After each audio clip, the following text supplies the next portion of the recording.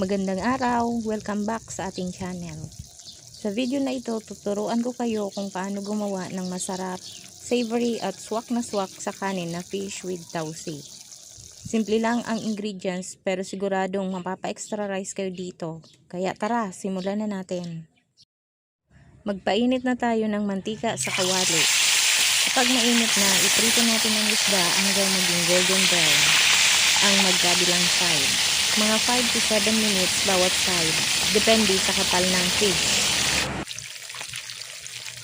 Pwede kayong gumamit ng lapu-lapu, tilapia o kahit anong fish na gusto nyo.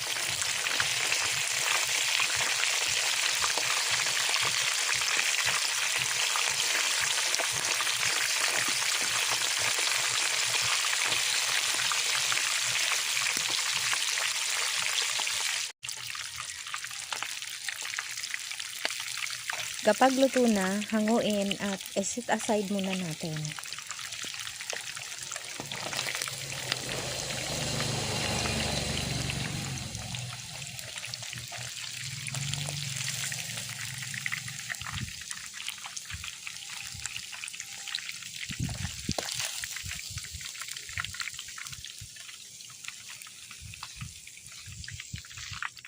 Sa parehong kawali, bawasan lang ng konti ang mantika. Igisa natin ang garlic hanggang maging light golden brown. Isunod ang sibuyas. Ang bango pa lang nito, panalo na.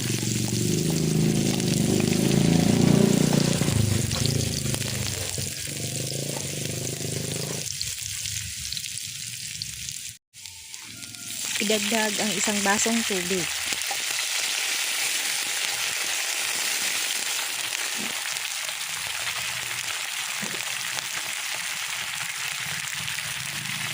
Dagdag ang soy sauce.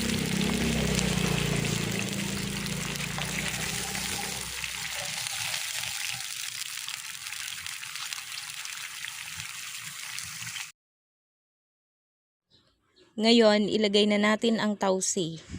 Durugin ng bahagya habang ginigisa para lumabas ang alat at aroma nito. Kapag kumulo na ang sauce, ilagay natin ulit ang pritong isda. Takpan at hayaang simmer ng mga 5 minutes para mas ma-absorb ng fish ang lasa ng tausi sauce.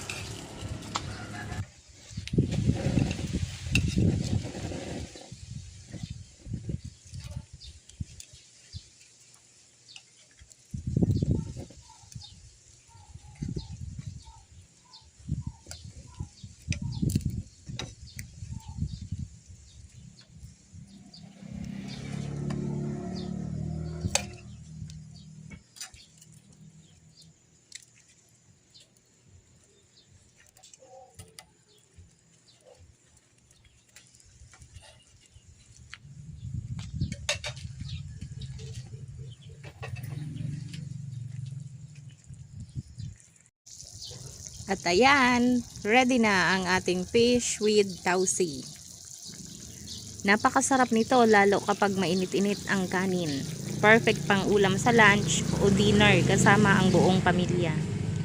Kung nagustuhan nyo ang recipe na to, huwag kalimutang mag-like, share at subscribe sa ating channel para sa mas marami pang lutong bahay recipes. Maraming salamat sa panonood at magkita-kita tayo sa susunod nating cooking tutorial.